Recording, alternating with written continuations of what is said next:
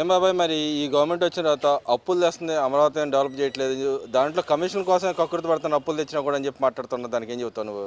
ఈ దేశంలో అనేది రిఫార్మ్స్లో అదొక భాగం.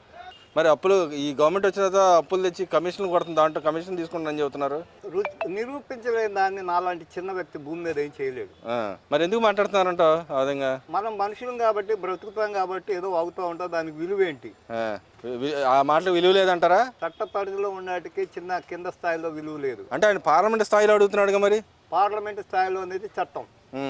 మరి ఇప్పుడు వాళ్ళే చెబుతున్నారు కదా, అంత డబ్బులు తీసుకొచ్చి అప్పుల పాలు చేసి రాష్ట్రాన్ని ఇంకో పక్కన దాంట్లో కమిషన్ తీసుకుంటుంది ఈ గవర్నమెంట్. రిఫార్మ్స్ తర్వాత దాని గురించి మాట్లాడాల్సిన అవసరమే లేదు. అంటే ఇక్కడ రిఫార్మ్స్ అని కాదు, ఇప్పుడు గవర్నమెంట్ ఏదైనా అప్పులు తెస్తూ ఉంటుంది, అప్పులు తెచ్చినట్లు కూడా కమిషన్ తీసుకునే అవకాశం ఉంటుంది అసలు. నాలాంటి వాడు దాన్ని నిరూపించడం అనేది అసాధ్యం. మరి ఎలా మాట్లాడుతున్నారు వాళ్ళ నాయకులు, ఎలా మాట్లాడుతున్నారు? వాళ్ళ నాయకులు ట్రేడింగ్ అది అంతేనంటావా? సమస్య లేదు. సరే, ఈ గవర్నమెంట్ వచ్చిన తర్వాత పరిపాలన ఎలా ఉందంటావు? పరిపాలన గురించి చెప్పం కానీ కాలుష్యం గురించి మాట్లాడతాం. ఈ ప్రాంతాల్లో ఉన్న ఇంపోర్టెడ్ బొగ్గు వల్ల భయంకరమైన రోగాలతో ప్రజలు ఉన్నారు. ఇబ్రహీంపట్నం మండలంలో గతంలో కొంచెం ఉద్యమాలు జరిగాయి. కారణాలు ఏదన్నా వచ్చి కానీ ఆ ఉద్యమం ఏమి లేకపోవటం వల్ల పంటల మీద, పశువుల మీద తీవ్రమైన పరిణామం ఉంది. దాంతో భాగంగా రెవెన్యూలో ఈరోజు నేను వచ్చింది ఏంటంటే, గత పూర్వీకుల ఆస్తుల్ని మా పేర్ల నుంచి మారుస్తూ ఉన్నారు. రెవెన్యూలో అసలు ఎవరి స్వాధీనంలో ఉంది అనేది వాళ్ళు డీలింక్ ద్వారానే చేయాలా. ఇక్కడ ఎలాంటి పరిధి ఎవరి చేతిలో ఉందో కూడా అర్థం కాని పరిస్థితి ఉంది ఇబ్రహీంపట్నం మండలం.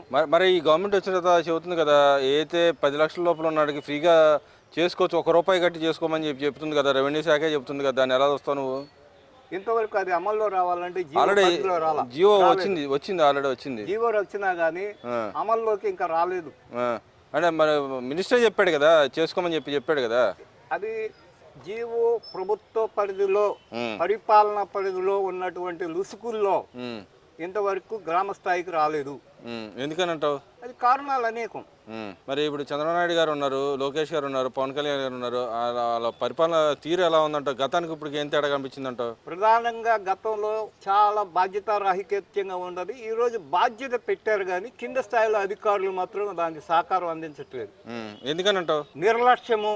సంఘాలు ఉన్న వాళ్ళకి ఏదైనా చేయగలరు. ఇది ఒక చిన్న ఉదాహరణ చెబుతాను.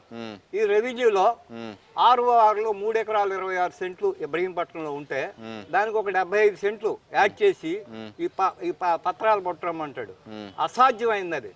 అదే విధంగా ఈ రోజున నేనే ఉన్నా, నాకు సోదరు లేదు, నీకు చెల్లెలు పుట్టిందని ఒక గ్రీనింగ్ సంతకం పెట్టిన తర్వాత నా రెవెన్యూ రికార్డు అప్డేట్ అనేది అసాధ్యం.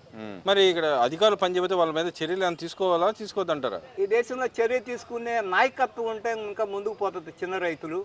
లేకపోతే ఆందోళన అనేది తీవ్రంగా ఉంటాయి. 9,26,000 మందికి రాష్ట్ర వ్యాప్తంగా సమస్య ఉన్నది. ఆ సమస్య మీద రోజు రోజుకి ఎన్నోసార్లు మేము కూడా ఈ ప్రభుత్వానికి ఇస్తా ఉన్నాం.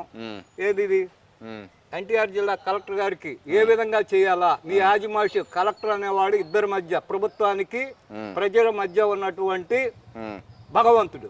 ఆ భగవంతుడే నీచ స్థితిలో ఉంటే ప్రజాస్వామ్యం ఏమవుద్దో మాకే అర్థం కావట్లేదు. మరి ఈ గవర్నమెంట్ ప్రజాస్వామ్యం ఉందా లేదంటావా? ప్రజాస్వామ్యం లేకపోతే నేను ఇక్కడ మాట్లాడను. గతంలో ఉన్నది ఎప్పుడే ఎలాంటిది అనేది మీరే ఆలోచించుకోవాలి. ఇంకా మీరు మీ నాలెడ్జ్ ముందు నేను చాలు. అంటే ఎందుకని అంటున్నావు మాట అంటున్నావు కదా, దానికి సమాధానం ఉండాలి. ఈ రోజు రేపు భవిష్యత్తు గురించి మాట్లాడి గతంలో వెళ్ళిపోతా ఉంటారు. మరి వచ్చే రోజుల్లో ఈ గవర్నమెంట్ చాలా మంది ఉద్యోగాలు తీసుకొస్తామని చెబుతుంది. నిజంగా నమ్ముతున్నావు? ఉద్యోగాలు తీసుకొస్తుంది అనుకుంటున్నావు ఈ గవర్నమెంట్? గ్రాస్ రూట్ లెవెల్లో ఉన్నట్టు గ్రామీణ వ్యవస్థను రక్షించకుండా, బాపూజీ చెప్పినటువంటి గ్రామీణ వ్యవస్థను రక్షించకుండా హై టెక్నాలజీలో వచ్చే ఉద్యోగాలు కానీ, హై టెక్నాలజీ నుంచి మేము మాట్లాడు, గ్రామీణ వ్యవస్థలోనే మేము మాట్లాడుతాం. అంటే గ్రామీణ వ్యవస్థను కూడా బలోపేతం చేస్తాం ఈ గవర్నమెంట్ వచ్చిన తర్వాత. క్రాస్ సబ్సిడీ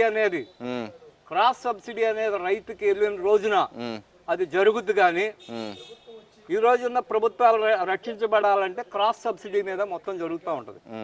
క్రాస్ సబ్సిడీ అనేది విచ్చలవిడితనం, అధికోత్పత్తుల వల్ల ఈ రోజు ఆయన పారిశ్రామిక ఆమోదిస్తున్నాం. ఈ రోజు తినాల్సిన దానికల్లా ఎక్కువ పండినా కొనేయడానికి లేదు. మనకు పండే పంటలు కూడా చాలా మార్పు చేయాల్సిన అవసరం ఉంది. అంటే ఇప్పుడు మరి ఈ గవర్నమెంట్లో గిట్టుబాటు ధర కల్పిస్తుందా? గతంలో మీరు వేసిన పంట డబ్బులు వచ్చే సమయానికి వచ్చే ఇప్పుడే సమయానికి వస్తున్నాయి అంటావా? ఇక్కడ ఉన్నటువంటి ఈ సిస్టంలో అదే పెద్ద చెప్పాల్సింది. గ్రామ శాతం అనేది పెద్ద సమస్య. అది దేశ స్థాయిలో సిఆర్సిపిలోను కింద గ్రామ స్థాయికి కూడా నక్కకి నాగలోకానికి అంత దూరం ఉంది. ఈ తేమ మీద పెద్ద సమస్యగా ఉండడం వల్లే ప్రభుత్వం అయితే 24 గంటలు వేస్తుంది. కాకపోతే 2 రోజులు 3 రోజులు ఆన్లైన్లో ఎఫ్పిఓలు జనరేట్ చేయడంలో సిబ్బంది తప్పే కానీ బడ్జెట్ అనేది మాత్రం కేటాయించాను. నేను అప్పుడప్పుడు స్టడీ చేస్తా ఉన్నాను. అంటే గతానికి ఇప్పటికి తేడా ఏం కనిపిస్తుంది అంట దీంట్లో? తేడా అంటే గతంలో కన్నా కూడా బెటర్మెంట్. ఇది వరకు 300 రూపాయలు క్రాస్ అయ్యేది, ఇప్పుడు 100 నుంచి 150 రూపాయలు క్రాస్ అవుతుంది. అది రైతు కూడా సహకారం లేకుండా మొత్తం నాకేదో చేయమండి ఏ వ్యవస్థ చేయదు. సరే, అదేవిధంగా ఈ గవర్నమెంట్ వచ్చిన తర్వాత ఏదైతే సంక్షేమ పథకాలు ఇస్తుందో అది దాని గురించి ఏం చెప్తావు? బేసిక్గా సంక్షేమ పథకాల వల్లే ప్రభుత్వాలు వచ్చినాయి. సంక్షేమ పథకం మధ్యప్రదేశ్లో 600 రూపాయలు ఇస్తే ఇక్కడ 4000 రూపాయలు ఇస్తున్నారు. ఇది మధ్యప్రదేశ్లో అనే ఆ ప్రాంతాల కన్నా మనం బెటర్మెంట్లో ఉన్నామని చెప్పుకున్నప్పుడు సంక్షేమ పథకాలకే పూర్తిగా వినియోగించినప్పుడు అది లాంగ్ టైమ్లో ఎఫెక్ట్ అవుద్ది అనేది మా ఆలోచన. అంటే ఇక్కడ ఆ పథకాలు కూడా నేనున్నప్పుడే బాగా ఇచ్చాను, ఈ గవర్నమెంట్ అసలు ఏం ఇవ్వట్లేదని చెప్తున్నాడు జగన్మోహన్ రెడ్డి. దాని గురించి మేము కామెంటరీ చేయం. ఎందుకని అంటే వాస్తవంగా మాట్లాడితే నువ్వు సీనియర్ సిటిజన్ గా చెప్తే రాజకీయంగా ఇచ్చే సంక్షేమం కాదు, ప్రొడక్టివిటీ లేకుండా ఇచ్చే డబ్బు, సంక్షేమం కోసం ఇచ్చే డబ్బు ప్రొడక్టివిటీ లేకుండా తాత్కాలికమైంది, అది అభివృద్ధి కాదు. గతానికి ఇప్పుడు మరి అభివృద్ధిలో ఏం జరిగిందంటావు? బెటర్మెంట్ కొంచెం బెటర్మెంట్ 2 years లో ఏమీ జరగదు. ఒక్కసారి ఇది మార్పు చేసేంత శక్తి ఏది ఉండదు. ఇదేమి మాయామంత్రాలు చేసే మిమిక్రీ కాదు. అంటే మరి పెరిగిద్దంట, రాష్ట్ర ఆర్థిక పరిస్థితి పెరిగిద్దంట? పెరుగుతుందని చూపెడతా ఉన్నారు, మరి కొంతకాలం పట్టుద్ది చెప్పాలంటే. మరి ఈయన కాకి లెక్కలు చదువుతున్నాడు, నిజంగానే చంద్రబాబు నాయుడు కాకి లెక్కలు చదువుతున్నాడు పెరిగేదాన్ని కూడా? దాన్ని నిరూపించడం అనేది కాగు రిపోర్ట్ ఉంది, లేకపోతే ఇంకా హై స్థాయి వ్యక్తి కానీ గ్రామీణ వ్యవస్థలో ఉన్న ఆయన్ని అంత స్థాయిలో చెప్పే శక్తి లేదు. అంటే ఇప్పుడు మాజీ ఏదైతే ఆర్థిక శాఖ మినిస్టర్ ఇలా మాట్లాడుతున్నాడు కదా, కాకి లెక్కలు చదువుతున్నాడు, ఏం చేయట్లేదు. ఇంకా అంత దూరం వెళ్ళొద్దు, వదిలేదు. సరే, ఓవరాల్గా ఈ గవర్నమెంట్ వచ్చిన తర్వాత నువ్వు మార్పులు ఏం చూసావు? ఈ 18 నెలల పరిపాలన మార్పులు ఏం చూసావు? అంటే ఏ రంగాల్లో ఈ గవర్నమెంట్ పనిచేస్తుందని నువ్వు భావిస్తున్నావు? రెవెన్యూ రక్షణ కోసం కింద స్థాయి నుంచి సలహాలు తీసుకోకుండా, రైతు యొక్క అభిప్రాయం తీసుకోకుండా, మీరు ఐఏఎస్లు, నేను సిసిఎల్గా ఎన్నోసార్లు లెటర్ పెట్టా, డౌన్ టు ఎర్త్ టు డౌనా, డౌన్ టు ఎర్త్ రెండు కూడా పైనుంచి కింద వరకు పెడతాం. మమ్మల్నే కనీసం ఆఫీసులో రాని. రెండోది ఎంపీ ఎమ్మెల్యేలు పవన్ కళ్యాణ్ గారు చెప్పారు, ఆయన చెప్పిందంటే చాలా పరమార్థం ఉందని నేను అనుకుంటున్నాను.